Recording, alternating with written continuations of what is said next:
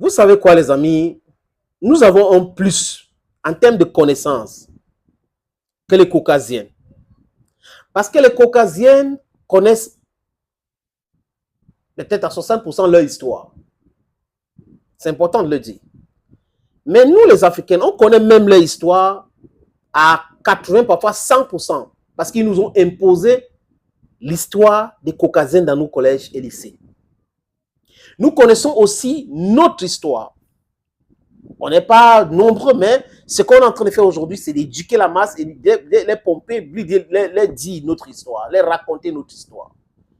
Le fait que nous connaissons l'histoire de la Révolution française, Marie-Antoinette, Napoléon, Bonaparte, Louis XIV, le fait qu'on connaît l'histoire du peuple américain, de la Révolution, George Washington, on connaît l'histoire de la Chine, la Longue Marche, Mao Zedong, Chiang Kai-shek, Taïwan, le fait qu'on connaît l'histoire des Japonais, le shintoïsme et tout ça, le fait qu'on connaît l'histoire de l'Inde, vous voyez un peu, ça fait en sorte qu'on a un plus à la façon qu'on voit le monde que nos amis caucasiens ou asiatiques même.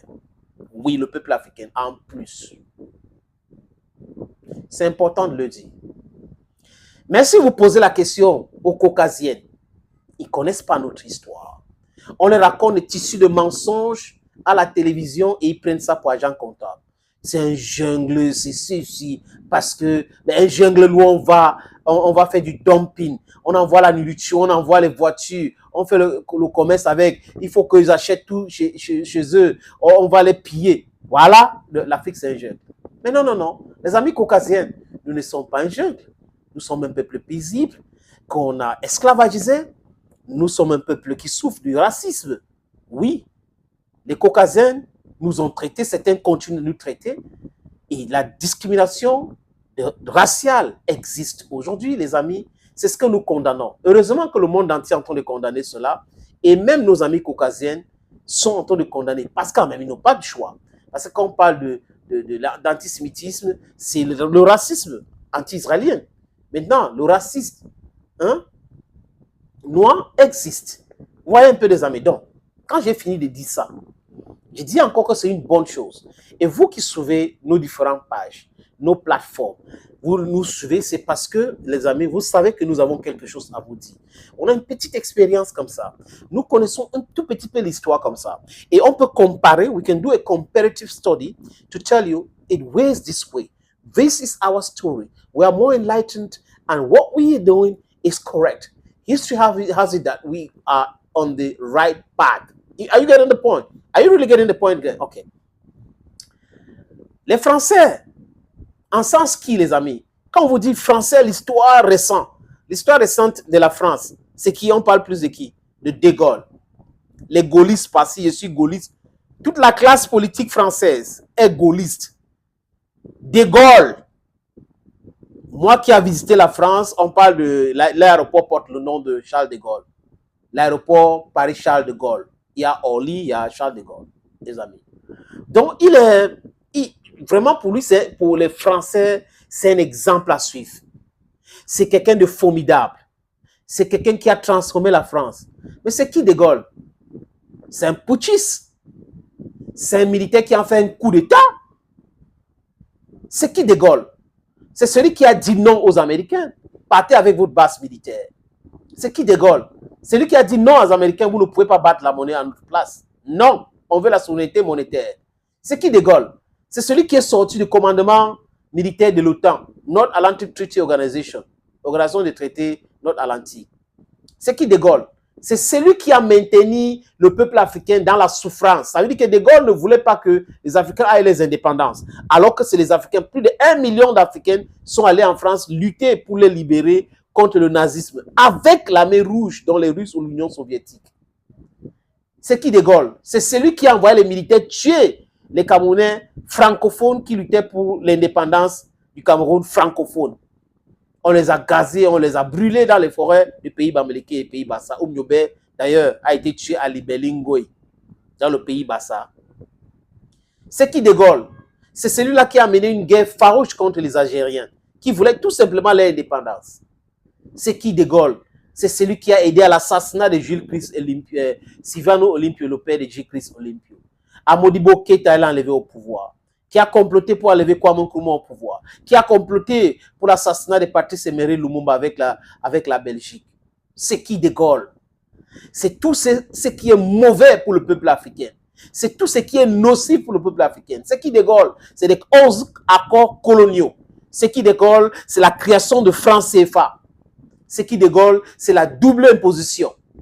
Vous voyez que De Gaulle, un militaire pragmatique, a voulu protéger les intérêts de la France pour maintenir les Africains toujours dans la galère, dans la souffrance, dans la misère absolue. Il est même allé jusqu'à tuer les Africains pour que la France puisse rester ce pilleur éternel de l'Afrique. Voilà De Gaulle.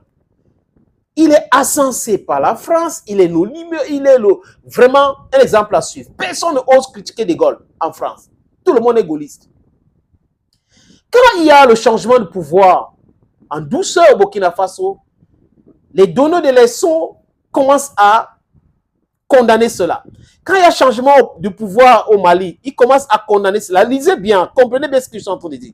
Quand il y a le changement de pouvoir au Niger, ils commencent à condamner cela. À cette époque récente, c'est pourquoi, les amis, les Africains sont en train de vouloir changer le paradigme.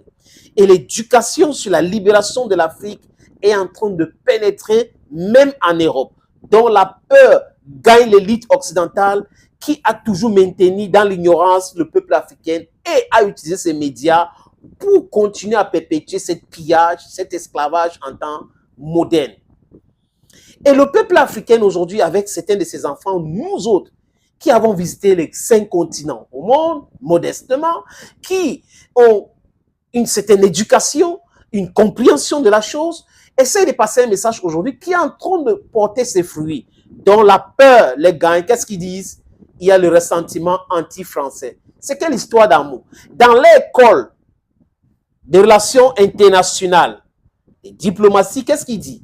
Entre le pays, il n'y a pas d'amitié, il n'y a que d'intérêt.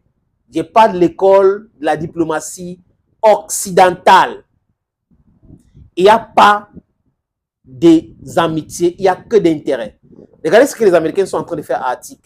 Les Canadiens qui disent que l'Attic là les appartient, les Américains sont en train de prendre les forces. Donc ça leur importe peu. Vous voyez un peu, ça leur importe peu. L'intérêt c'est le plus important, c'est primordial. Donc, les gens qui disent que De Gaulle est bien, disent que Ibrahim Traoré, Jerry Rawlings n'était pas quelqu'un de bien, Thomas Sankara n'était pas quelqu'un de bien, Assimi Goïta n'est pas où, Abdurrahman Tiani n'est pas où. Merci encore en passant à Abdurrahman Tiani, du répondant. La France qui manipule l'organisation internationale de la francophonie pour exclure le Niger, et le Niger qui suspend toute coopération, sortez même de cette bêtise. C'est bien. En passant, les amis. Là, voilà donc, je vous ai peint l'image. Et quand les leaders militaires prennent le pouvoir aujourd'hui en Afrique, la France et l'Occident ont peur. Ils ont peur pourquoi? Eisenhower, c'est un général américain.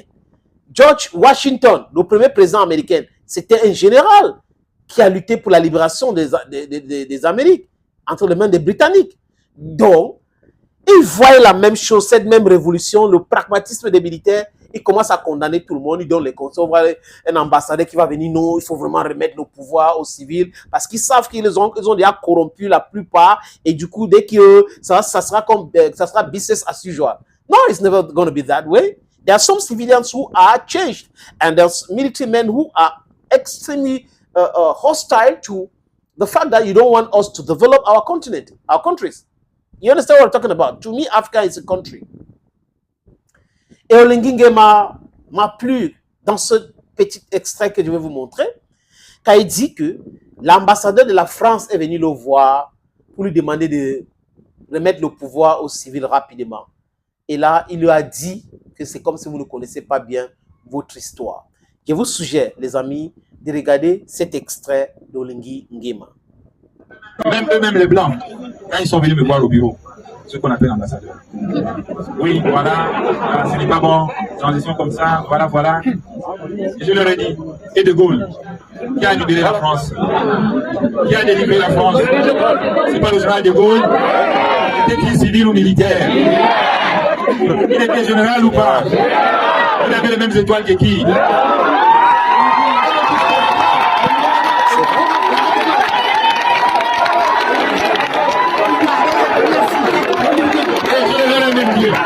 Et peut-être, nous, Africains, on a étudié vos livres, on connaît votre histoire bien. Toi qui viens me parler ici, est-ce que tu sais que quand De Gaulle a fait son coup, vous lui avez donné à l'Assemblée 5 ans de transition sans aller au vote?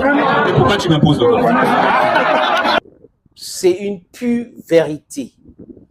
Mais il ne faut pas une transition de 5 ans pour 5 ans pour 5 ans. Vous voyez un peu, on peut faire mieux que De Gaulle. Pas toutefois en demandant aux gens de rester sur notre jude pour les contrôler, mais transformer les infrastructures chez nous, revendiquer les choses, dénoncer les accords et les conventions défavorables au peuple africain. C'est comme ça. Vous voyez un peu les amis, l'indépendance monétaire, l'indépendance linguistique, l'indépendance éducative, l'indépendance médiatique, l'indépendance tout court. J'ai parlé de monétaire, non? Oui. C'est de ça qu'il est question. And then after that, we'll be going slowly but gradually towards our total independence and unification. Africa is one. Thank you, friends, for always watching videos on this platform. Stay blessed and bye-bye for now.